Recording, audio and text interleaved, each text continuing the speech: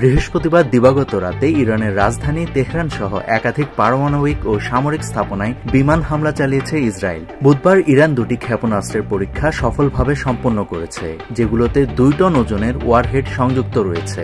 ধারণা করা হচ্ছে তার ফলশ্রুতিতেই এ হামলা চালিয়েছে ইসরায়েল। বিষয়টি নিশ্চিত করেছে ইসরায়েলের প্রতিরক্ষা বিভাগ IDF। পাল্টা হামলা চালাতে ইসরায়েলে প্রায় 100টি ড্রোন পাঠিয়েছে ইরান। তাতেই ভয়ে কাঁপছে ইসরায়েল। তবে কি শুরু হতে যাচ্ছে আরেকটি বড়সড় যুদ্ধ?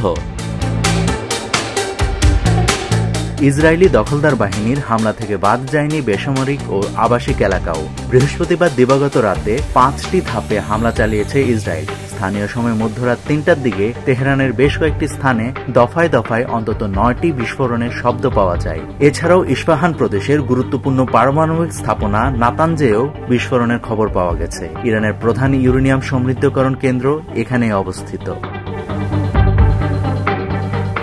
এখন পর্যন্ত হতাহতের কিংবা ক্ষয়ক্ষতির কোনো তথ্য পাওয়া যায়নি। তেল আবিবের দাবি, হামলায় ইরানের সামরিক বাহিনীর প্রধান মোহাম্মদ বাগেরি সহ প্রাণ গেছে বেশ কয়েকজন পারমাণবিক বিজ্ঞানীরও। তাছাড়া ইরানের বিপ্লবী গার্ডের প্রধান মেজর জেনারেল হুসাইন সেলামি ছাড়াও 25 বছর ধরে দেশটির আণবিক শক্তি সংস্থার প্রধানের দায়িত্বে থাকা ফারিদিন আব্বাসিও নিহত হয়েছেন।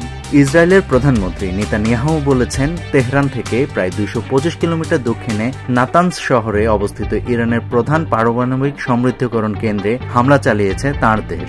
ইরানের যেসব বিজ্ঞানী দেশটির জন্য পারমাণবিক অস্ত্র তৈরির কাজে যুক্ত ছিলেন, তাদের লক্ষ্য করে এ হামলা চালানো হয়। তিনি আরও বলেন, যতদিন প্রয়োজন ততদিন এমন হামলা চলবে। এদিকে ইরানের নিরাপত্তা বাহিনীর একটি সূত্র বলছে, ইসরায়েলের হামলার জবাব হবে কঠোর ও ফলাফল নির্ণায়ক। অপারেশন রাইজিং ল্যান্ড নামের এই অভিযানে অংশ নেয় বেশ কয়েকটি ইসরায়েলি যুদ্ধবিমান। পাল্টা হামলার শঙ্কায় ইসরায়েল জুড়ে জরুরি অবস্থা জারি করা হয়েছে। এদিকে এই অভিযানে যুক্তরাষ্ট্রের কোনো সংশ্লিষ্টতা নেই বলে জানিয়েছে মার্কিন পররাষ্ট্রমন্ত্রী মার্কো রুবিও। নাভিদ হাসান, সোনালী নিউজ।